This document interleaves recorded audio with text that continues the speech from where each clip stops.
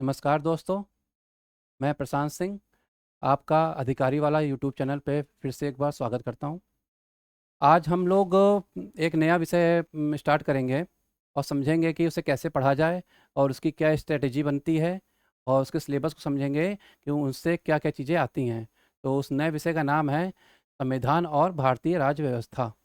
ठीक? आपने पहले ही पढ़ा होगा कहीं, तो उसमें देखा होगा कि जो पॉलिटी है, बेसिकली हम उसे पॉलिटी कहते हैं, लेकिन इसका जो नाम है मूल, वो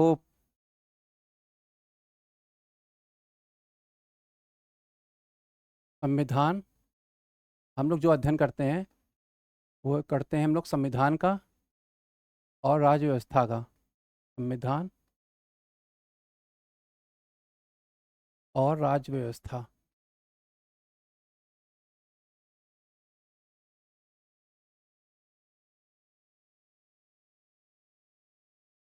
राज्य व्यवस्था का, ये संविधान क्या है और राज्य व्यवस्था क्या है। सबसे महत्वपूर्ण चीज़ तो ये होती है इसे जानना। राज्य व्यवस्था क्या है? राज्य व्यवस्था जो है, राजनीतिक शास्त्र जो है, पॉलिटिकल साइंस ना, राजनीतिक विज्ञान, उसी का एक व्यवहारिक चलता जागता रूप है। इसी के अंतर्गत हम लोग अपने संविधान को समझते हैं। और संविधान क्या है और ये क्यों है, कैसे है, इसके बारे में भी जानना ज़रूरी है। तो जब भी हम कभी भी पॉलिटी बोलते हैं तो उसका मतलब होता है संविधान और भारतीय राज्य व्यवस्था। संविधान के बारे में आपने देखा होगा कि ये कैसे होता है, क्या होता है और कहाँ-कहाँ होते हैं। संविधान तो प्रत्येक देश में होता है ना? संविधान क्या है? संविधान क्या है? क्या ये नियम है या कोई पुस्तक है? क्या ये किसी चीज़ के नियम हैं?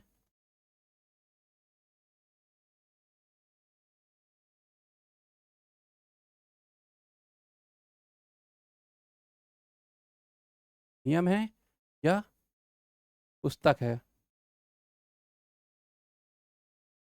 तो अगर नियम है तो हर देश में होंगे एक ही जैसे या अलग-अलग? क्योंकि नियम जो सरकारें बनाती हैं अपनी सुविधा के अनुसार, और पुस्तक अगर है तो हर जगह होनी चाहिए। लेकिन कहीं-कहीं संविधान, पुस्तक का मतलब हो गया कि लिखित है, राइटिंग में है, लेकिन हर जगह राइटिंग में नहीं है। जैसे ब्रिटेन का संविधान जो है वो राइटिंग में नहीं है, ठीक? मौखिक है, ठीक? जो होता है वो बोल दिया जाता है, लिखित में नहीं है। कुछ चीज़ें हैं उसकी लिखित, 2-3 7-8 पेज में होंगी लगभग, मान लीजिए। तो अमेरिका का संविधान लिखित में है, जैसे भारत का जो संविधान है लिखित में है, ठीक है? तो ये नहीं होगा, ना ये होगा। ये एक दस्तावेज है। संविधान क्या है? एक दस्तावेज।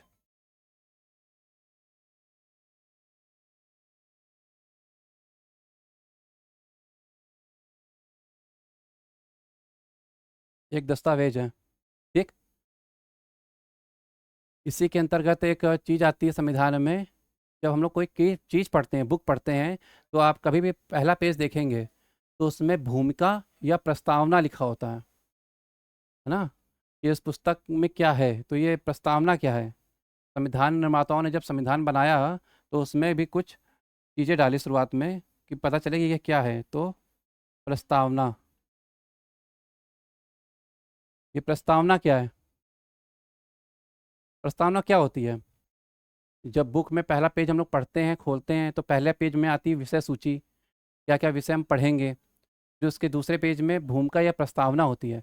प्रस्तावना से आशय ये समझ लीजिए आप कि प्रस्तावना जो होती है वो सार होती है।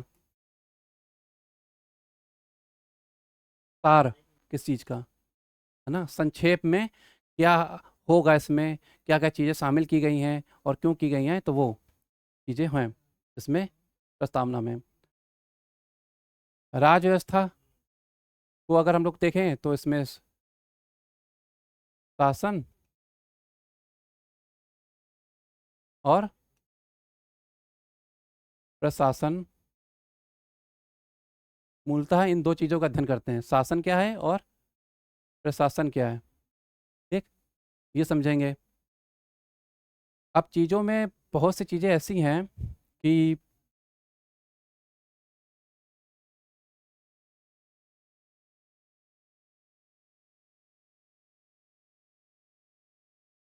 अब इसको हम लोग देखते हैं ऐसे कि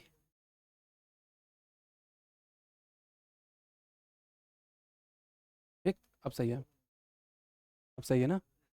तो हम समझ गए कि प्रस्तावना क्या है। राज व्यवस्था, शासन और प्रशासन का अध्ययन करते हैं। शासन क्या है, शासन में क्या क्या चीज़ें होती हैं, प्रशासन में क्या क्या चीज़ें होती हैं। जैसे शासन जो है ये निर्वाचित होता है, शासन, ठीक है। प्रशासन नियुक्त होते हैं, ठीक।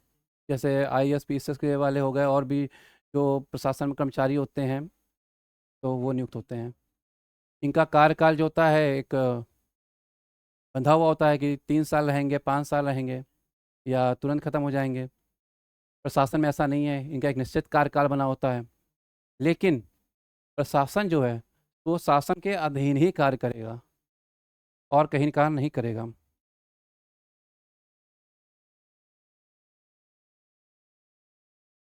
अब हम लोग अगर नई चीज़ देखें कोई, तो हम लोग पढ़ेंगे कि आगे हम लोग जब पॉलिटी शुरू करेंगे पूरी तरह से, तो पढ़ेंगे कि भारत में इसका विकास कैसे हुआ।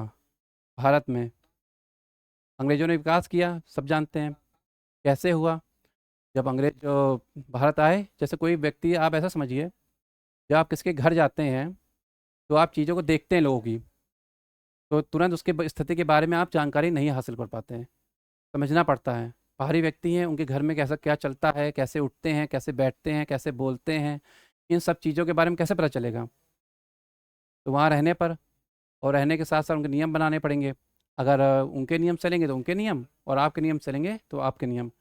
तो एक व्यापारिक संस्था के रूप में ये ईस्ट इंडिया कंपनी आई, और इन्होंने भारत पे एक तरह से कब्जा, तो नहीं कहेंगे कि कब्जा कर लिया, लेकिन शासन करना प्रारंभ कर दिया।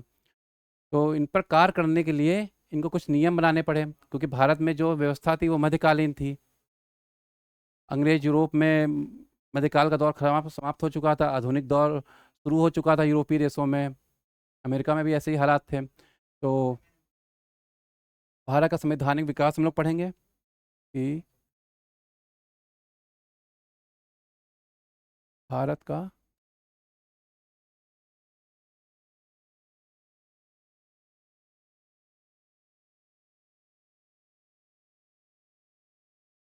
संवैधानिक विकास, इसके अंतर्गत हम लोग क्या क्या देखेंगे। इसके अंतर्गत हम लोग देखेंगे कि कौन कौन से चार्टर एक्ट आए, कौन कौन से काउंसिल एक्ट लागू किए गए भारत में शासन करने के लिए। शुरुआत में जब आए ये लोग, तो हम लोग इसके अंतर्गत किन किन चीज़ों का अध्ययन करेंगे, ये देख लेते हैं पहले। तो इनके अंतर्गत हम लोग 1773 का रेगुलेटिंग एक्ट, शुरुआत में जब आए तो भारतीयों को रेगुलेट करने की आवश्यकता थी। जो वहाँ का गवर्नर बनाया गया, तो उसको 1773 का रेगुलेटिंग एक्ट, ठीक है।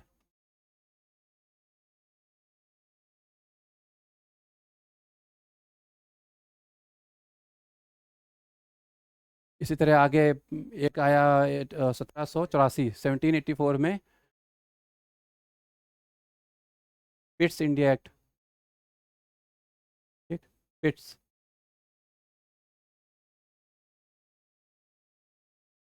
पिट्स इंडिया एक्ट, ठीक। ये एक्ट आया। फिर आगे क्या किया जाए, तो जो भी परिवर्तन यूरोपीय देशों, विशेषकर ब्रिटेन में होते थे, लंदन में, इंग्लैंड में होते थे, उन्हीं परिवर्तनों के आधार पर भारत में भी परिवर्तन किए जाते थे, क्योंकि शासन प्रणाली एक ही जैसी हो तो शासन बेहतर तरीके से चालू हो सकता है। तो उसके लिए कुछ चार्टर एक्ट भेज बनाए गए। वो चार्टर वहाँ से बन के आते थे, और चार्टर से आते थे, इसलिए चार्टर एक्ट बोला गया। एक चार्ट है ना, चार्ट के रूप में। तो कुल 4 चार्टर एक्ट आए, 4 चार्टर एक्ट आए। अब ये चार्टर एक्ट कौन कौन से थे, तो हम लोग देखेंगे इसमें 1793 का, 1793 का चार्टर एक्ट क्या था, 1813 का चार्टर एक्ट क्या था, 1833 का चार्टर एक्ट क्या था, और 1853 का चार्टर एक्ट क्या था। ये 4 चार्टर एक्ट हैं और इसमें भारत में क्या क्या परिवर्तन किए गए इन चार्टर एक्ट के माध्यमों से। जैसे जो पहला चार्टर एक्ट आया था, थोड़ा ब्रीफ देख लेते हैं संक्षिप्त में कि क्या क्या चीज़ें थी, तो उसके बाद आगे क्लास में समझने में सुविधा होती है, आसानी होती है। तो जो पहला चार्टर एक्ट था उसमें भारतीयों को उच्च पदों से प्रतिबंधित कर दिया गया, ठीक। और जो गवर्नर जनरल था उसको कुछ अधिकार दिए गए। इसी तरह 1813 के चार्टर एक्ट से भारत में ईसाई मिशनरी प्रारंभ हुई आना। क्यों? क्योंकि धर्म परिवर्तन की धारणा तेज थी इंग्लैंड में उस समय, तो ईसाई मिशनरीज का आना प्रारंभ हुआ। इसी के तहत शिक्षा के लिए भी कुछ प्रावधान किए गए। भाई भारतीयों को शिक्षित करना भी जरूरी है ना, क्योंकि उनको तो हिंदी अंग्रेजों को आती नहीं थी, तो इनको इंग्लिश सिखानी जरूरी थी, तो इनके लिए कुछ शिक्षा का प्रावधान किया गया। और ईस्ट इंडिया कंपनी के कुछ अधिकार भी कम किए गए, जैसे भारत में इनका शासन समाप्त कर दिया गया। और 1833 के चार्टर एक्ट में एक ला कमीशन बनाया गया, एक विधि के सदस्य के रूप में, है ना, जो 1853 में बना दिया गया पूरा, लॉर्ड मैकाले, ठीक। 1833 के चार्टर एक्ट में ईस्ट इंडिया कंपनी का शासन समाप्त कर दिया गया पूरी तरह से। अब ये ब्रिटिश उसमें हुकूमत में आने लगी। सिर्फ चाय और चीनी पर इनका अधिकार बना रहा, चाय और चीनी पर, चीन वालों पर, ठीक है। चाय और चीनी, ठीक, मतलब चीनी का मतलब है चीन खाने वाली शुगर नहीं, चीन पे इनका अधिकार बना रहा, ठीक है। तो ये हो गया। 1853 के बाद की स्थितियाँ कुछ बदली। 1857 की क्रांति हुई, जिससे ईस्ट इंडिया कंपनी पूरी तरह से हताहत हुई और क्रांति तो दबा दी गई, लेकिन कुछ संविधान संशोधन किए गए फिर। अब ईस्ट इंडिया कंपनी का शासन समाप्त हो गया, अब ब्रिटिश राज का शासन आ गया, ठीक। पहले कंपनी शासन कर रही थी, अब तक 1773 से लेकर 53 तक कंपनी शासन कर रही थी। जैसे कि 1773 में एक बोर्ड ऑफ डायरेक्टर का गठन किया गया, बोर्ड ऑफ डायरेक्टर का,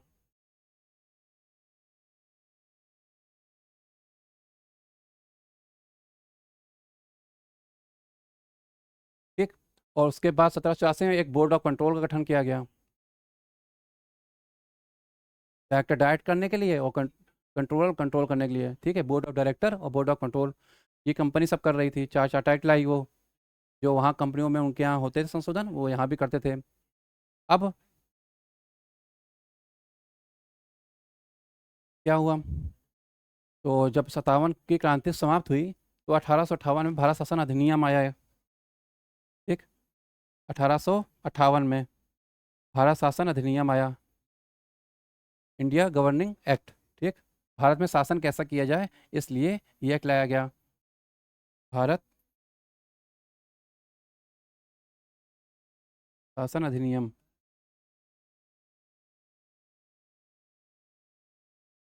भारत शासन अधिनियम आया, ठीक, कि भारत में कैसे शासन किया जाए, इसकी रूपरेखा बनाई गई। जैसे गवर्नर जनरल को वायसराय कहा जाने लगा, है ना। वायसराय का मतलब होता है ब्रिटिश राज के अंतर्गत काम करने वाला व्यक्ति, क्राउन का प्रतिनिधि, है ना, ठीक। जो उस समय विक्टोरिया रानी थी उनका। फिर इसके बाद भारत में संवैधानिक विकास किए गए। अब शासन के जैसे ब्रिटेन में हाउस ऑफ कॉमन और हाउस ऑफ लॉर्ड बनाए गए थे। हाउस ऑफ लॉर्ड तो पहले था, हाउस ऑफ कॉमन आया, ठीक है। तो वहाँ संवैधानिक संस्थाएं बनी। भारत में भी संवैधानिक संस्थाओं पर विचार किया गया, और इसी के अंतर्गत 1861 का काउंसिल एक्ट आ गया। कुल 3 काउंसिल एक्ट बनाए गए थे, 1861 का, 1892 का और 1909 का काउंसिल एक्ट, ठीक।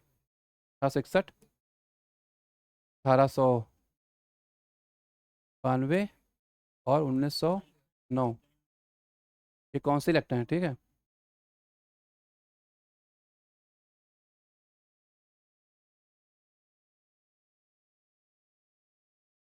इंडियन काउंसिल एक्ट,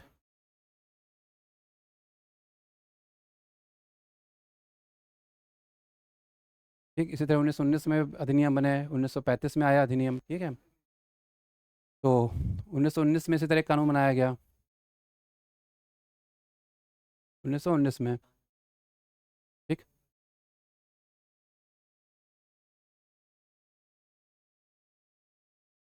इसे मॉन्टेग्यू चेम्सफोर्ड सुधार भी बोला गया। ठीक है, ये मिलो मॉन्टे एक्ट था, मिलो मॉन्टे एक्ट है।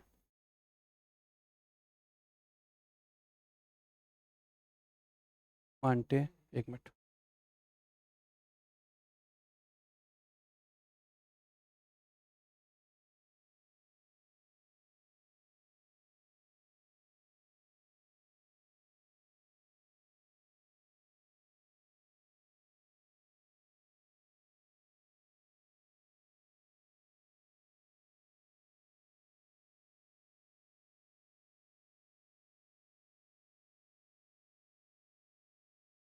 ये आएगा मिंटो मार्ले एक्ट। ठीक, मार्ले भारत राज सचिव थे, और जो मिंटो थे वो वायसराय थे भारत में। ठीक है, 1919 में इसे मॉन्टेग्यू चेम्सफोर्ड सुधार कहा गया। मॉन्टेग्यू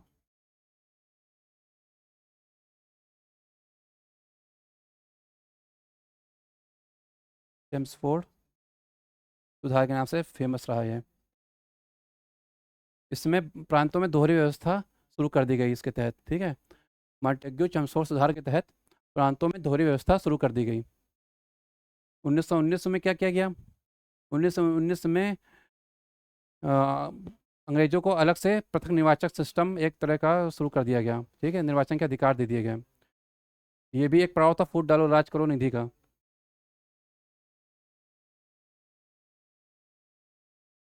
तो इसी के तहत एक बार मार्ले ने बोला भी था कि हमने जहरीली फसल लहरा दी है। तो गांधी जी ने बोला इसने देश को बर्बाद करने वाला कदम बताया इस एक्ट को। ठीक है, तो ये आया। फिर 1935 में आए, फिर चुनाव चुनाव होंगे इसके बाद। ठीक है, 1935।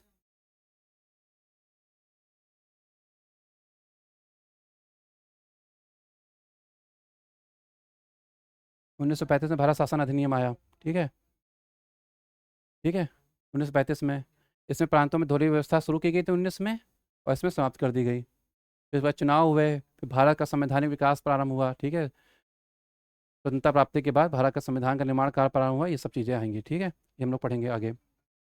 इसके बाद भारत का संविधान जब बनेगा, ठीक है, 1945 का दौर प्रारंभ हो जाएगा। 1945 के दौर में चुनाव होंगे संविधान सभा के। उसमें कांग्रेस भी जीतेगी, मुस्लिम लीग हार जाएगी, वो छोड़ देगी, ये सब आएंगे। फिर इसके बाद हम लोग देखेंगे कि मूल अधिकार। तो इसके बाद हम लोग देखेंगे, क्या देखेंगे? मूल अधिकार। मूल अधिकार,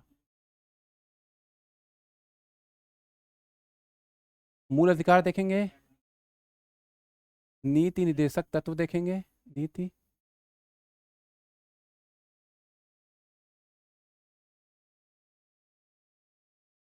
और मौलिक कर्तव्य भी देखेंगे साथ में।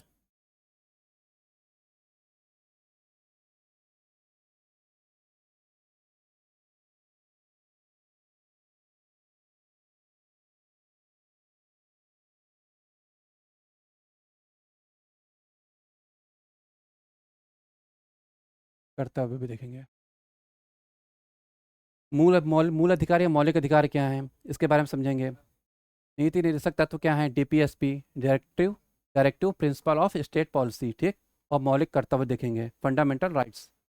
ये फंडामेंटल ड्यूटीज, फंडामेंटल राइट्स और डीपीएसपी, तीन चीज़ें हो गई। अब आप देखेंगे कि मूल अधिकार क्या हैं इसमें। ठीक, बहुत सी चीज़ें होती हैं जो मूल अधिकार हैं कि नहीं है, जैसे कि बोलने का अधिकार मूल अधिकार है कि नहीं है। ठीक, तो बोलने के अधिकार से पहले जानने का अधिकार भी होना चाहिए, मूल अधिकार है कि नहीं है। सुप्रीम कोर्ट के काफ़ी हैं इसके अंतर्गत। मूल अधिकार तो देखेंगे देखेंगे, लेकिन एग्जाम में कभी कभी जो सुप्रीम कोर्ट संशोधन करती है, परिवर्तन करती है अपने वाद के द्वारा, जो वर्डिक्ट होते हैं उनके द्वारा, तो उनको भी इनके अंतर्गत शामिल किया जाता है। ठीक है, तो संविधान में दो तरह की चीज़ें होती हैं देखिए, एक होता है परिवर्तन और एक होता है संशोधन। तो मूल अधिकारों में हमेशा संशोधन होगा, कभी परिवर्तन नहीं किया जा सकता। उसी तरह नीति निर्देशक तत्वों में भी परिवर्तन नहीं होगा, कभी भी संशोधन होगा। दो चीज़ें होती हैं। परिवर्तन क्या होता है? परिवर्तन से मतलब आप समझ सकते हैं किसी राज्य के नाम में परिवर्तन कर दिया गया, उसकी सीमा में परिवर्तन कर दिया गया, ये संशोधन नहीं होते हैं। ठीक है। तो जो सिंगल मेजोरिटी से चालू हो जाते हैं ना, साधारण बहुमत से, वो एक खासकर परिवर्तन के होते हैं, और संशोधन करने के लिए विशेष बहुमत या आधे से अधिक राज्यों का बहुमत भी आवश्यक होती है। तो आपने पढ़ा होगा कि 3 तरह के संशोधन होते हैं, एक साधारण बहुमत से, एक होता है विशेष बहुमत से, और एक होता है विशेष बहुमत प्लस राज्यों की, आधे से अधिक राज्यों की संस्तुति। ठीक। तो मूल अधिकार देखेंगे हम लोग। आप लोग जानते हैं कि मूल अधिकार 12 से लेकर 35 तक हैं। फिर इसके बाद आ जाएंगे नीति निदेशक तत्व हमारे, 36 से आर्टिकल, ठीक, 36 से 51 तक। ठीक। और इसके बाद मौलिक कर्तव्य आ जाएगा 51 है, या भाग 4 है। ठीक। ये भाग 3 और भाग 4 हैं संविधान के। सबसे इम्पोर्टेंट चीज़ होती है, कभी भी पढ़िए तो पहले इसकी विषय सूची पढ़ लीजिए। आधे से ज़्यादा चीज़ें उसी से क्लियर हो जाती हैं कि क्या क्या चीज़ें एग्जाम में आएंगी और क्या क्या होनी चाहिए। अब मूल अधिकारों में एक चीज़ होती है, एक समानता का अधिकार होता है, एक समता का अधिकार होता है। तो आपको क्या लगता है कि समानता का अधिकार और समता का अधिकार एक ही है कि अलग अलग है? तो अगर देखेंगे ध्यान से आप, तो आप लोग से पढ़ लेते हैं कि समानता का अधिकार ऑब्लिक समता का अधिकार, लेकिन दोनों ही अलग अलग हैं। समानता का अधिकार अलग है और समता का अधिकार अलग है। अगर समानता का अधिकार होगा तो आरक्षण पूरी तरह से लागू नहीं हो पाएगा। आरक्षण जो है आर्थिक आधार पर दिया जाता है, सुप्रीम कोर्ट ने बोला वो सही है। ठीक। तो समता क्या है? पुरुष और महिला में क्या समता है? जैसे पुरुष कोई अपराध करता है तो उसकी गिरफ्तारी कर ली जाती है, लेकिन महिला की जो गिरफ्तारी है वो शाम के बाद की जाएगी, नहीं की जाएगी। ठीक है। तो ये समता का अधिकार है कि पुरुष की गिरफ्तारी जो है किसी भी समय की जा सकती है, लेकिन महिला जो है अगर कोई अपराध करती है तो उसकी गिरफ्तारी जो है शाम के समय नहीं की जाएगी, रात के समय, मतलब सूरज ढलने के बाद उसकी गिरफ्तारी नहीं की जाएगी, दिन में ही की जाएगी। तो ये समता का अधिकार है। समानता का अधिकार इसी तरह, आरक्षण इसका एग्जाम्पल है, समानता अधिकार हर जगह नहीं है। ठीक। समता का अधिकार है, समानता का अधिकार हर जगह नहीं है। भारत में समता का अधिकार है, ना कि समानता का। ठीक। मूल अधिकार। इसी तरह विधि का अधिकार आप लोग पढ़ते हैं, विधि के समक्ष समानता का है, स्वतंत्रता का अधिकार है ना। तो एक शासन दो तरह के होते हैं, देखिए, एक होता है विधि द्वारा संचालित शासन और एक होता है विधि का शासन। अब विधि द्वारा संचालित शासन क्या है और विधि का शासन क्या है? देखिए, विधि का शासन और विधि के द्वारा संचालित शासन दोनों अलग अलग अवधारणाएं हैं। एक अवधारणा जो है विधि का शासन की, वो ली गई है यूएसए से, अमेरिका से। ठीक। और एक अवधारणा जो है विधि के द्वारा का शासन, ये ब्रिटेन की अवधारणा है। तो इसको एक तरह से हम लोग पॉजिटिव और निगेटिव में ले लेते हैं, दोनों अवधारणाओं को आगे पढ़ेंगे हम लोग इसके बारे में। तो जब विधि के द्वारा शासन होता है ना, तो इसका मतलब है कि आप कोई भी विधि बना के कोई भी शासन किस तरह कर सकते हैं। तो एक तरह से अगर विधि का द्वारा शासन हो जाए तो एक तरह से वो निरंकुश शासन की संज्ञा में आ जाता है। सुप्रीम कोर्ट ने भी बोला कि भारत में, अभी हाल ही में सुप्रीम कोर्ट का एक आया था बात, तो उसमें सुप्रीम कोर्ट ने खुद बोला कि भारत में विधि का शासन नहीं है, विधि के द्वारा शासन है। तो एक तरह की निरंकुश सरकार का संकेत देती है। तो आगे बढ़ते हैं। इसी तरह अगर और मूल अधिकारों में देखेंगे तो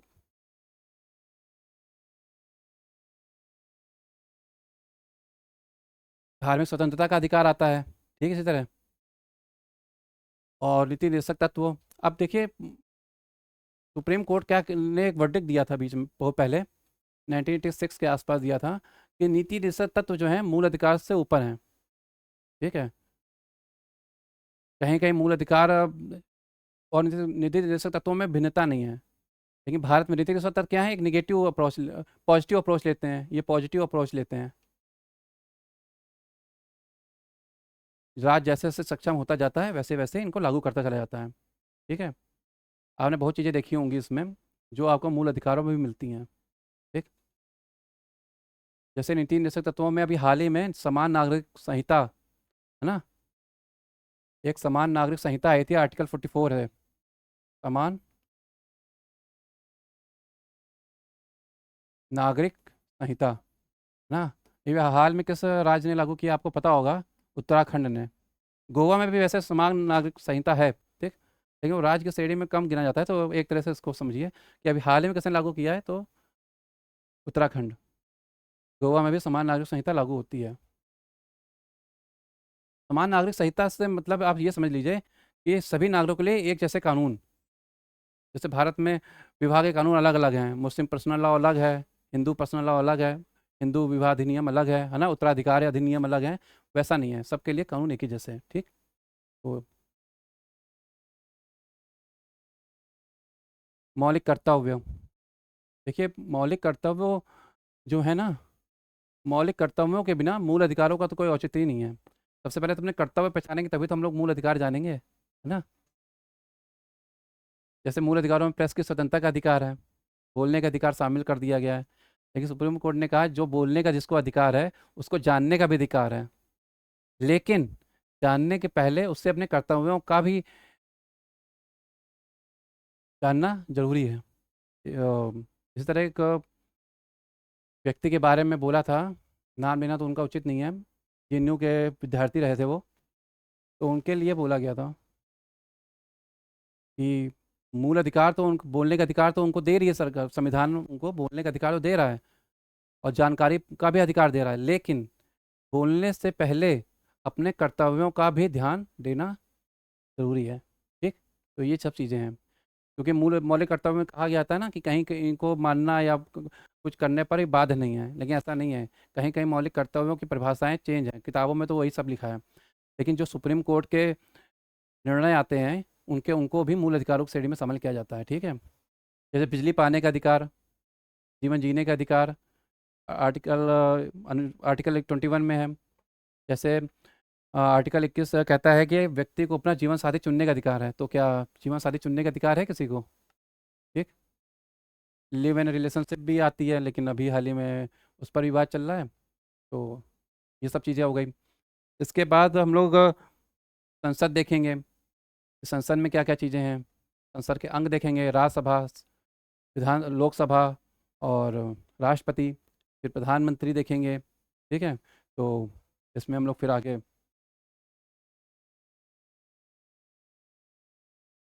संसद के बारे में देखेंगे। ठीक है।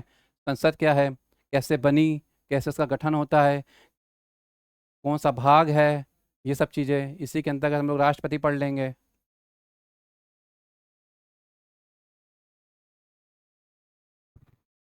इसी के अंतर्गत हम लोग राष्ट्रपति पढ़ लेंगे। ठीक है। और लोकसभा पढ़ लेंगे, लोकसभा। और इसी के अंतर्गत हम लोग पढ़ेंगे राज्यसभा, राज्यसभा। ठीक है। ये संसद के ही अंग है तीनों। संसद के कौन से अंग हैं? राष्ट्रपति, लोकसभा और राज्यसभा। ठीक। इसी के अंतर्गत हम लोग राष्ट्रपति का निर्वाचन देख लेंगे, राष्ट्रपति की शक्तियाँ क्या हैं, विधिक शक्तियाँ क्या हैं, न्यायिक शक्तियाँ क्या हैं इनकी, ठीक, कार्यपालिका शक्तियाँ क्या हैं इनकी। ठीक। लोकसभा का गठन कैसे होता है, कब गठन हुआ, इसके अधिकार क्या हैं, इसका कार्यकाल कैसे चलता है, वर्तमान में कौन सी लोकसभा चल रही है, अभी हाल ही में किस लोकसभा के चुनाव हुए हैं, ये सब चीज़ें। राज्यसभा क्या है, क्या ये निरंतर चलने वाली संस्थाएं हैं कि नहीं हैं? लोकसभा निरंतर नहीं चलती है, 5 वर्ष के लिए वो चुनाव निर्वाचित होती है, राज्यसभा निरंतर चलने वाली संस्था है, ये सब चीज़ें देखेंगे। ठीक है। इसके बाद हम लोग प्रधानमंत्री के बारे में भी देखेंगे, जब राष्ट्रपति पढ़ेंगे तो प्रधानमंत्री भी पढ़ लेंगे साथ में, क्योंकि प्रधानमंत्री संविधान का अंग नहीं है, लेकिन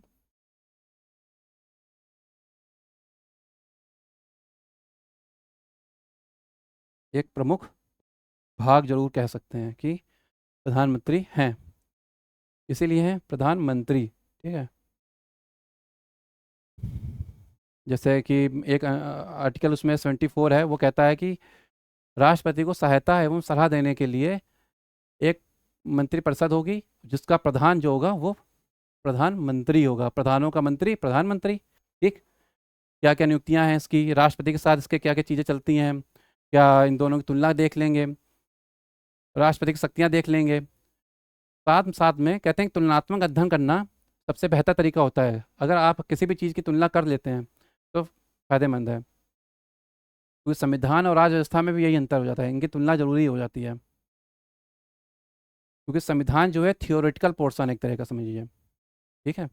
जैसे साइंस हो गई, या साइंस में आप समझ लीजिए एक थ्योरी पोर्शन होता है, एक प्रैक्टिकल पोर्शन होता है। ठीक है। तो उसी तरह संविधान जो है एक थ्योरी वाला पोर्शन है, और राज्य व्यवस्था जो प्रैक्टिकल है, राज्य व्यवस्था में क्या पढ़ रहे हैं हम लोग, ये सब पढ़ रहे हैं। और संविधान में संविधान संशोधन देखेंगे क्या क्या होते हैं, कैसे संविधान बना, क्या रूपरेखा है इसकी, सब चीज़ें है ना। तो ये थ्योरी है।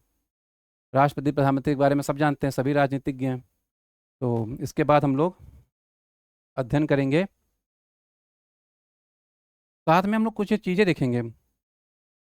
आयोग जैसे होते हैं बहुत से, ठीक है। संवैधानिक संस्थाएं क्या हैं। हाँ, एक और चीज़ देखेंगे कि संविधान क्या है। पहली बात तो संविधानवाद समझेंगे क्या है।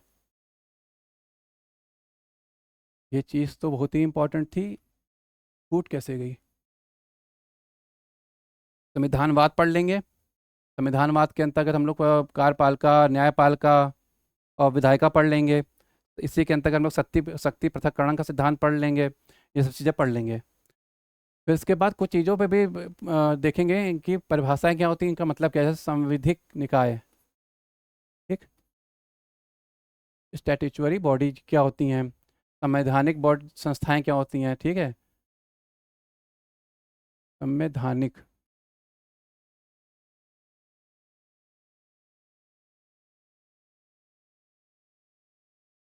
संस्थाएं क्या होती हैं। इसी तरह हम लोग समझेंगे कि संविधानेतर क्या होता है।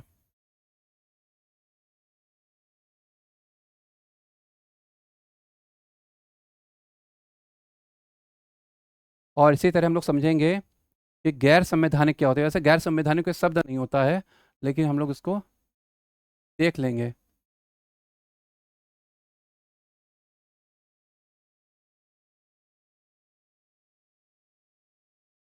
ठीक, गैर संवैधानिक क्या क्या होता है, ठीक। संविधानवाद क्या है, सांविधिक संस्थाएं क्या हैं, संवैधानिक संस्थाएं क्या हैं, संविधानेतर क्या है, गैर संवैधानिक क्या है, ठीक। इनके बारे में पता कर लेंगे क्या क्या चीज़ें हैं, इनको समझ लेंगे। इनको समझने का फ़ायदा ये रहेगा कि जब प्रश्न आते हैं कभी कभी, तो ये पूछे जाते हैं कि इनमें निम्नलिखित में से कौन सी संवैधानिक संस्थाएं हैं या सांविधिक संस्थाएं नहीं हैं, ऐसे पूछ लेंगे, ठीक। और खासकर इनमें इनमें प्रश्न अच्छे खासे पूछ लिए जाते हैं, तो इनके बारे में पता करना जरूरी होता है, ठीक है। अब और चीज़ें अगर देखनी है तो हम लोग देखेंगे कि जब संशोधन होते हैं, जो संशोधन वाला पार्ट तो चलो बाद में हम लोग देखेंगे क्या क्या चीज़ें हैं। इसके बाद हम लोग देख लेंगे कि आयोग कौन कौन से होते हैं, ठीक है। आयोगों के बारे में भी समझ लेंगे, एग्ज़ाम में फेवरेट टॉपिक में आते हैं ये, ठीक। आयोगों के बारे में, कमीशंस, कौन कौन से कमीशंस हैं, ठीक। सीआईसी है, ठीक। जैसे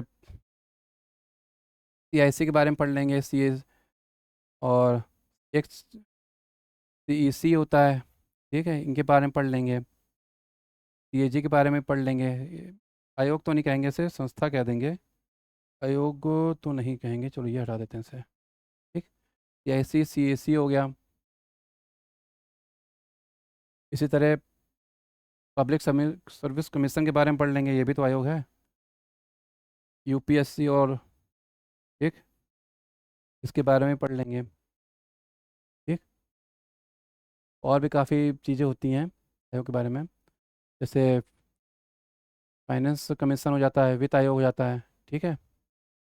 ये भी एक इंपॉर्टेंट चीज़ है, फाइनेंस कमीशन, वित्त आयोग, ठीक है। इनका गठन कैसे होता है, सीआईसी सीएससी का।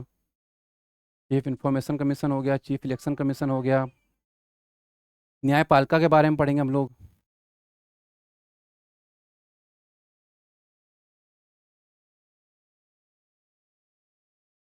न्यायपालिका, न्यायपालिका में ज़्यादा चीज़ें रहती नहीं हैं। एक सुप्रीम कोर्ट है, और एक हाई कोर्ट है, और एक लोअर कोर्ट है। ये 3 कोर्ट हैं।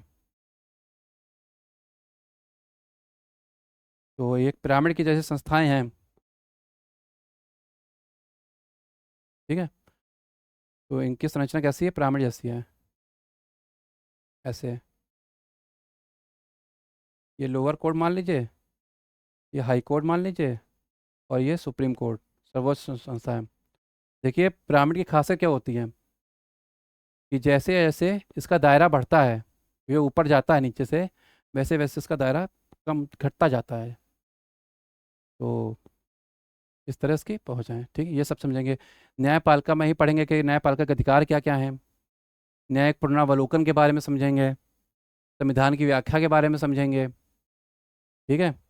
क्या क्या इनके निर्णय हैं उनको भी जान लेंगे, थोड़े निर्णय कौन कौन से निर्णय हुए, जैसे गोलकनाथ मामला हो गया, मिनर्वा मिल्स मामला हो गया, और केशवानंदन भारती मामला हो गया जो काफ़ी फेमस मामला है, ठीक है। ये सब चीज़ देख लेंगे। और न्यायपालिका के अधिकार क्या क्या हैं ये भी देख लेंगे। हाई कोर्ट और सुप्रीम कोर्ट में डिफरेंस देख लेंगे, क्या क्या चीज़ें इन दोनों में, ठीक। अब हम लोग देखेंगे कि हाँ, साथ में हम लोग ये भी देख लेंगे कि राज्य विधायिका के बारे में तो पढ़ेंगे हम लोग, तो राज्य विधायिका पढ़ लेंगे, ठीक है। में राज्यपाल, मुख्यमंत्री,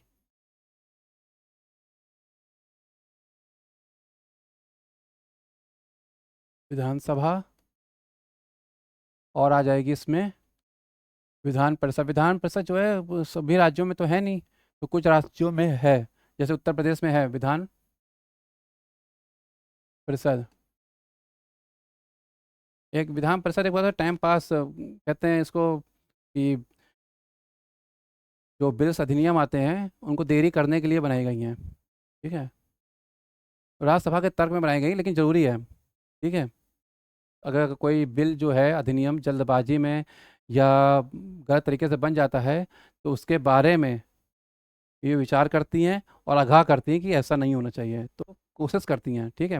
मानना ना मानना विधानसभा के अंतर्गत आता है, क्योंकि मुख्यमंत्री विधानसभा में होता है, ठीक है। तो ये चीज़ें हो गई राजपुर के बारे में। पंचायती राज के बारे में देख लेंगे, जो इम्पोर्टेंट है। पंचायती राज का विकास कैसे हुआ, इसका संवैधानिक विकास कैसे हुआ, ये भी इसमें देखेंगे हम लोग। जब भारत का संवैधानिक विकास देखेंगे तो पंचायती राज का भी संवैधानिक विकास देखेंगे, ये भी एक संस्था है अच्छी खासी, ठीक। पंचायती राज दिवस कब बनाया गया, जैसे 24 अप्रैल, ठीक है। तो इसको संवैधानिक दर्जा कैसे मिला, क्या क्या परेशानी आई, उसके कार्य क्या हैं, इस है ना, इसके कार्य देखेंगे, इम्पोर्टेंट उनके कार्य हैं, ठीक है। जो ग्राम प्रणाली उत्तर प्रदेश के भारत के सभी राज्यों में अस्तित्व में है, तो उनके कार्य तो बहुत ज़रूरी हैं। इसी तरह नागरिक निकाय देख लेंगे हम लोग, है ना, जो नगरीय निकाय है, नगरीय निकाय, नगरीय नहीं नगरीय,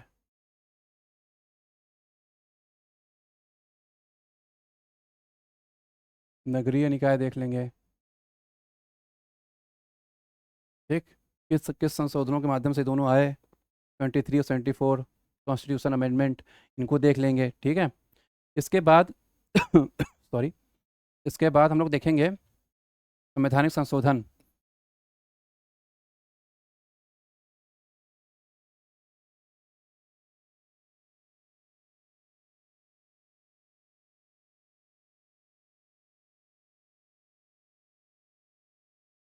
वैसे किताबों में जो जिस तरह से दिया जाता है, अगर वैसे पढ़ते हैं तो थोड़ी तकलीफ होती है, लेकिन अपनी सुविधा के अनुसार अगर किसी चीज़ का अध्ययन करते हैं तो फ़ायदा मिलता है। ऐसा नहीं कि डॉक्टर बोले कि दवा दिन में खानी तो रात में खाएं, वो तो गलत चीज़ हो जाएगी, लेकिन कुछ चीज़ें अपनी सुविधा के अनुसार हम लोग कर सकते हैं। जैसे डॉक्टर ने बोला सुबह 8 बजे खानी है, तो सुबह 9 या 10 बजे भी दवा खा सकते हैं। तो उसी तरह अगर हम लोग उसको देखते हैं संवैधानिक संशोधनों को, तो संवैधानिक संशोधनों को देखेंगे अगर, तो कौन कौन से संविधान संविधान में अभी तक हो चुके हैं वर्तमान में, जैसे कि अब तक 128 संशोधन हो चुके हैं, ठीक, 128 संशोधन हो चुके हैं, 128, ठीक। वो तो बहुत चुके हैं, लेकिन नंबरों में इतने ही आए हैं अब तक, है ना। संशोधन काफ़ी हो चुके हैं, करीब मान लो तो 500 के ऊपर संशोधन हो चुके हैं अब तक तो, ठीक है। तो 128वां संविधान संशोधन कौन सा है? नारी शक्ति वंदन विधेयक, है ना, ठीक। नारियों को आरक्षण देना है लोकसभा और राज्यसभा में, उनके उससे संबंधित है, और राज्यों की विधानसभा में भी आरक्षण संबंधित है, ठीक है। नारी शक्ति वंदन विधेयक है ना, ठीक, ये नाम है। इसमें देखेंगे कि कौन कौन संशोधन कैसे कैसी परिस्थितियों में होते हैं। साधारण संशोधन हो गया, और हम बता चुका हूँ मैंने पहले कि साधारण संशोधन कैसे होते हैं, बहुमत के द्वारा संशोधन कौन से होते हैं? विशेष बहुमत जिसे हम लोग बोलते हैं, और विशेष बहुमत और आधे से अधिक राज्यों के बहुमत से। तो जो साधारण संशोधन होते हैं वो एक तरह से तो नहीं, लेकिन परिवर्तन बोला सकते हैं उन्हें। जैसे राज्यों की सीमाओं में परिवर्तन, उनके नाम में परिवर्तन, ये तो परिवर्तन ही हुए ना, संशोधन तो हुए नहीं। लेकिन मूल अधिकार नीति निश्चित तत्वों में अगर कोई संशोधन होगा तो वो भाग 3 भाग 4 में जो परिवर्तन होंगे वो बहुमत से ही होंगे। इसी तरह जो विशेष बहुमत से होते हैं, और विशेष बहुमत और राज्यों आधे से अधिक राज्यों की हैं, जैसे जीएसटी परिषद वाला एक अभी है, वो राष्ट्रपति उपराष्ट्रपति से संबंधित कोई संशोधन अगर होगा तो। इसी तरह और भी संशोधन होते हैं, सुप्रीम कोर्ट संबंधित कुछ हुआ तो सब इसी में आएंगे, चुनाव वाले संशोधन, ठीक है, ये सब रहेंगे। तो पॉलिटी इतनी है, लेकिन सुविधा के अनुसार अगर कभी पढ़नी होगी हमें पॉलिटी, या फिर हम लोग जब रिवीजन करेंगे, पीसीएस का एग्ज़ाम भी आने वाला है 27 अक्टूबर को, और फिर उसके बाद समीक्षा अधिकारी का एग्ज़ाम तो है ही, 12 दिसंबर की उसकी डेट है। तो उसमें हम देखेंगे कि किस हिसाब से हम लोग अपना सिलेबस कंप्लीट करते हैं, क्योंकि अगर हम लोग पूरा पढ़ने बैठेंगे तो तब तो हम लोग का समय कम पड़ जाएगा, पूरा पढ़ ही नहीं पाएगा। तो सबसे पहले हम लोग जब पढ़ेंगे तो हम लोग कैसे पढ़ेंगे, हम ये देख रहे हैं कि मैं कैसे इसको पढ़ाऊँगा या आगे क्लास शुरू करूँगा, तो कैसे शुरू करूँगा ये इंपॉर्टेंट है। तो सबसे पहले हम लोग कुछ पॉइंटों को देख लेंगे कि क्या-क्या इंपॉर्टेंट पॉइंट हैं। सबसे पहले विकास देख लेंगे भारत में, सबसे इम्पोर्टेंट चीज़ तो है कि विकास। सबसे पहले हम लोग पढ़ेंगे अ,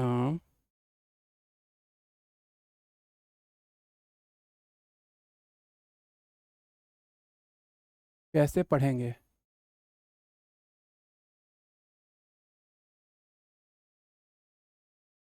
पढ़ेंगे,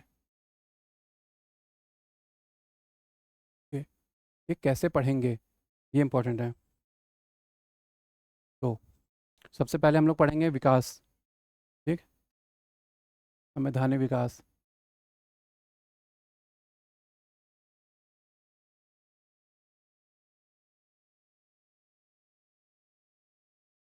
ठीक? हम लोग पहले सबसे पहले संवैधानिक विकास पढ़ लेंगे, कैसे-कैसे संविधान का विकास हुआ, ठीक? जो बताए थे ना, चार्टर एक्ट और रेगुलेटिंग एक्ट और इंडियन काउंसिल एक्ट, ये सब चीज़ें पढ़ लेंगे। इसके बाद हम लोग कौन सा टॉपिक उठाएँगे? इसके बाद हम मेरे ख्याल से जो टॉपिक उठाएँगे हम लोग, वो मूल अधिकार और ये सब ना उठाकर हम लोग उठाएँगे संवैधानिक संशोधनों को।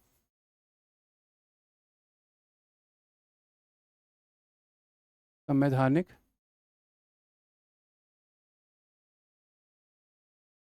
संशोधनों को, ठीक? संशोधन उठाएँगे, और साथ में एक और चीज़ उठाएँगे, न्याय निर्णय, ठीक है?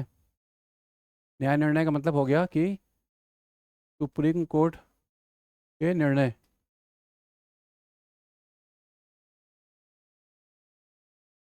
अब इसको पढ़ने का फ़ायदा क्या होगा? पहले संवैधानिक विकास पढ़ लिया हम लोगों ने, फिर उसके बाद संविधान संशोधन के साथ सुप्रीम कोर्ट के जो निर्णय हैं उनको देखेंगे। क्यों? क्योंकि बहुत से चीज़ें हैं, सुप्रीम कोर्ट ने निर्णय दिया, जैसे अभी हाल ही में निर्णय दिया उसने कोई। अब 377 पढ़ेंगे तो देखना पड़ेगा ना, जो जौहर वाला मामला था जिसके कारण ये 370 हुआ, समलैंगिक और 3 तलाक वाले, तो इनको संविधान में कैसे शामिल किया गया, किस अनुच्छेद के अंतर्गत ये आए। तो पहले निर्णय अगर पढ़ लिए जाएंगे तो हम लोग मूल अधिकार और जब नीति निश्चय तत्व या फिर आगे चीज़ें पढ़ेंगे तो उसमें सुविधाएं होंगी, और डायरेक्ट डायरेक्ट चीज़ दिमाग में रहेगी, अच्छा इस कारण ये मूल अधिकार आया। जैसे इंदिरा गांधी ने जब 42वां संविधान संशोधन किया था तो उसमें कैसे कैसे निर्णय बदले, मूल कर्तव्य उसी के द्वारा आए, ठीक है? जैसे अनुच्छेद 48 ए कैसे आया, 39 ए कैसे आया, ठीक? निःशुल्क विधिक सहायता है 39 ए में, जैसे तो ये कैसे आए, तो सुप्रीम कोर्ट का इसमें निर्णय क्या था, जैसे चुनाव अगर पूछे जाएंगे राष्ट्रपति प्रधानमंत्री का, तो उसमें सुप्रीम कोर्ट के क्या निर्णय थे, उसके आधार पर देखेंगे। तो ये सब चीज़ें भी देख लेंगे, क्योंकि परीक्षा का जो ऐसा पैटर्न बदल रहा है उत्तर प्रदेश में, तो ये खास चलता है कि यूपीएससी के पैटर्न को लेके चलता है। तो अगर यूपीएससी के पैटर्न को लेके चल रहा है तो कोशिश करेंगे कि उसके पैटर्न को टच करें, है ना? जैसा पढ़ेंगे वैसा पाएंगे। तो जैसा बोएंगे वैसा पाएंगे। फिर हम लोग संवैधानिक संशोधन और सुप्रीम कोर्ट के निर्णय पढ़ लेंगे, उसके बाद हम लोग पढ़ेंगे मौलिक अधिकार।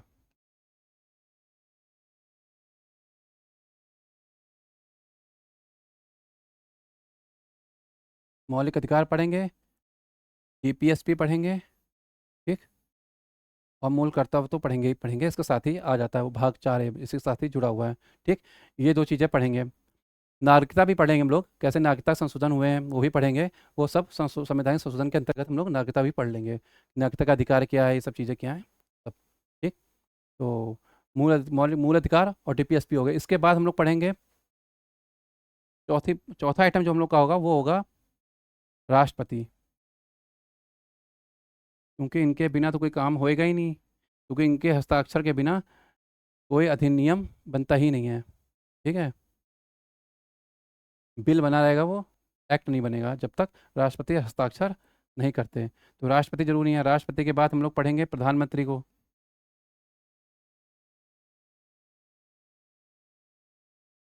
ठीक है, प्रधानमंत्री प्रधानमंत्री भी इम्पोर्टेंट है। फिर इसके बाद हम लोग राष्ट्रपति प्रधानमंत्री बनने के बाद जो 5वां टॉपिक हम लोग पढ़ेंगे, इनको अलग अलग पढ़ लेंगे। इसके बाद हम लोग पढ़ लेंगे संसद। ठीक है, जस्ट बाद का टॉपिक है संसद। संसद में ही हम लोग अपना लोकसभा और राज्यसभा देख लेंगे।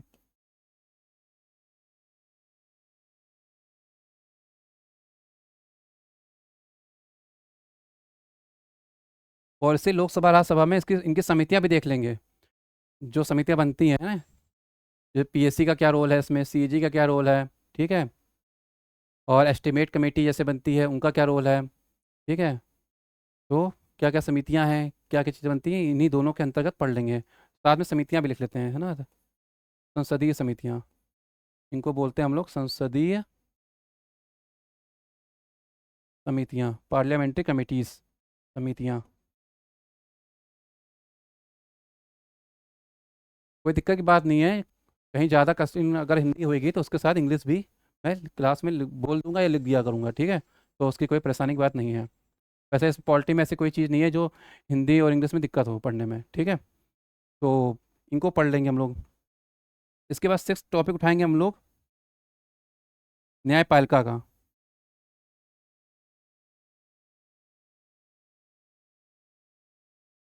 न्यायपालिका, इसमें हम लोग पढ़ लेंगे सुप्रीम कोर्ट और हाई कोर्ट, और कुछ मामलों में लोअर कोर्ट भी देख लेंगे। पूछ लेते हैं। तो सिलेबस में जो दिया जाता है ना, वो आधा दिया जाता है। सिलेबस तो एक तरह का धोखा है, ये समझिए। अगर बुक है तो सब कुछ पढ़ना है, नहीं तो नहीं पढ़ना। जैसे जन्म के बाद मृत्यु निश्चित है, ये सिलेबस नहीं है, ये निश्चित है। तो इस तरह सिलेबस भी धोखा है। जैसे जन्म के बाद मृत्यु धोखा है। हुँ? तो जन्म के बाद मृत्यु होती है, मृत्यु के बाद पुनर्जन्म भी होता है। ठीक है, लेकिन उस पर विचार नहीं करते और जन्म के बाद मृत्यु ही की बातें करते हैं। तो लोअर कोर्ट हो गया। कुछ बच रहा है? बस तो रहा है।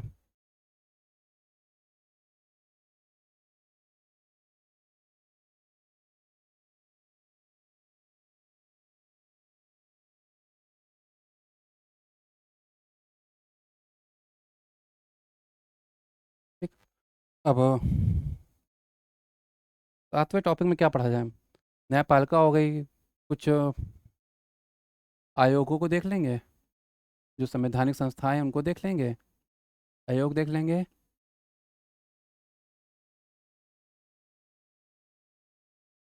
संवैधानिक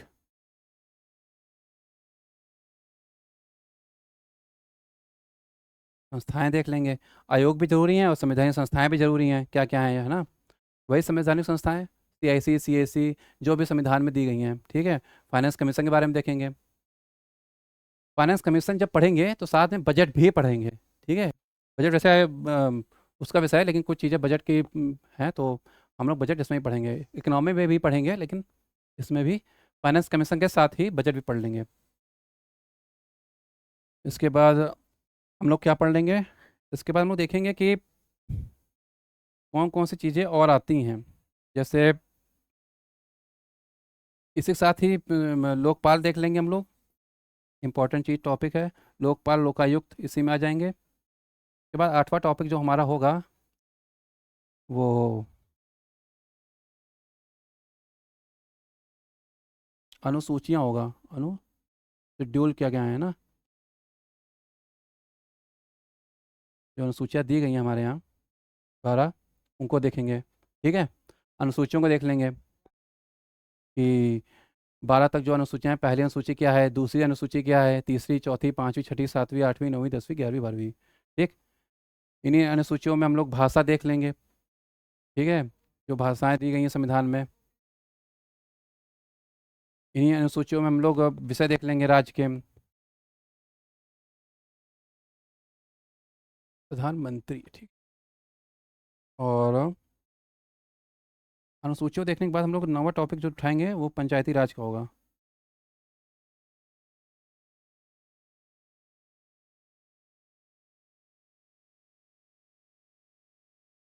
पंचायती राज जो हो जाएगा, 11वीं और 12वीं अनुसूची में ही आते हैं लोग, तो पंचायती राज हो जाएगा और नगरीय निकाय भी आ जाएंगे।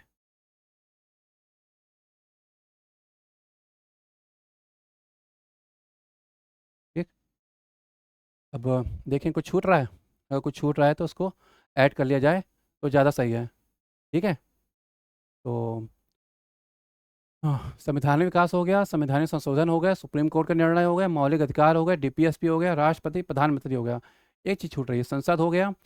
संसद के बाद जो देखेंगे हम लोग ना, अगर इसको हम लोग देखें तो संसद के बाद एक और चीज़ हम लोग टॉपिक जोड़ सकते हैं, आपातकाल का, केंद्र राज्य संबंधों का। ठीक है, ये संसद के साथ ही हम लोग जोड़ सकते हैं क्या? हाँ, तो यहाँ पे हम लोग प्लस कर लेते हैं इसे, केंद्र राज्य संबंध। ठीक है, अब केंद्र राज्य संबंधों में ही हम लोग पढ़ लेंगे क्या क्या चीज़ें हैं। ठीक है, आपातकाल पढ़ लेंगे, 3 तरह के आपातकाल जो हैं, वित्तीय आपातकाल है, एक आपातकाल नॉर्मल वाला जो होता है, एक संवैधानिक है। ठीक, तो ये सब चीज़ देख लेंगे। राष्ट्रपति शासन उसी में आता है, ठीक है, संवैधानिक अधिकारों में, तो ये सब चीज़ देख लेंगे। अब इसके बाद क्या छूट रहा है हम लोग का? न्यायपालिका हो जाएगी, सुप्रीम कोर्ट, हाई कोर्ट और लोअर कोर्ट।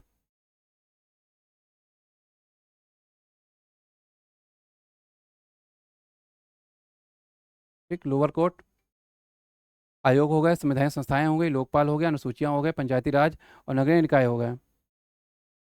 अगर आप इसके साथ देखें राज्यसभा तो अ, वो चीज़ एक और टॉपिक है इसमें, अगर देखना चाहें तो नवा टॉपिक तो पंचायती राज नगरीय निकाय हो गया। इसके बाद राज्य के भी देख लेंगे हम लोग, है ना, मुख्यमंत्री राज्यपाल भी पढ़ लेंगे, चिंता ना करिए। अगर लिखा नहीं है तो उसमें हम लोग किस में इसको फिट कर सकते हैं हम लोग? राष्ट्रपति प्रधानमंत्री के साथ ही हम लोग राज्य विधायिका के बारे में पढ़ लेंगे। ठीक है, ठीक, राज्य विधायिका में ही राज्य विधान परिषद, विधानसभा, मुख्यमंत्री, राज्यपाल सब आ जाएंगे। तो एक साथ ये राष्ट्रपति प्रधानमंत्री राज्य विधायिका आ गई, ये चीज़ें आ गई, पंचायती राज और नगरीय निकाय आ गए, संवैधानिक संशोधन देख लिया, सुप्रीम कोर्ट के निर्णय। ठीक, इसी क्रम में हम लोग बढ़ेंगे आगे, देख लीजिए आप, तो यही क्रम हमारे रहेंगे। ठीक है,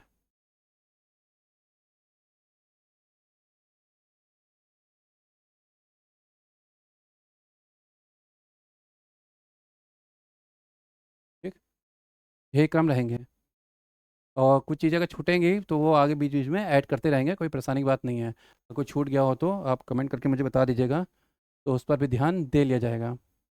बाकी कोई चीज़ ज़्यादा है नहीं पढ़ने के लिए पॉलिटी में, क्योंकि पॉलिटी काफ़ी पूछी भी जाती है, मेरे ख्याल से 12 या 15 क्वेश्चन कभी कभी भी आ जाते हैं, तो इम्पॉर्टेंट है। ठीक है, और हम लोग जब आयोग पढ़ेंगे तो साथ में फिर निर्वाचन आयोग जैसे हो गया उसको भी देख लेंगे। ठीक है, कौन कौन सी पार्टियां हैं, राज पार्टी, स्तरीय पार्टी कौन सी है, राष्ट्रीय पार्टी कौन सी हैं, कितनी पार्टियां हो गई हैं, पहले 8 थी अब 6 हैं कि 5 हैं, इनको देख लेंगे। ठीक है, ये सब चीज़ें भी देख ली जाएंगी, और न्यायपालिका, विधायिका और कार्यपालिका के कार्य क्या क्या हैं ये भी देख लेंगे। ठीक, तो ये सब चीज़ें हो जाती हैं। तो आज के लिए बस इतना ही करते हैं, तो ये हम लोग का सिलेबस जो है कंप्लीट हो गया। अब हम लोग इसी क्रम में अपनी पढ़ाई स्टार्ट करेंगे। क्लास कभी कभी लेट हो जाती हैं थोड़ा, लेकिन उसकी वजह से कोई परेशानी की बात नहीं है, क्योंकि क्लास लेट हो तो सही है लेकिन ख़राब ना हो। ठीक है ना, तो इसी के साथ ही धन्यवाद, और फिर अगली क्लास में हम लोग पॉलिटी और इतिहास जो चल रही है उसके साथ मिलते हैं। Okay, thank you.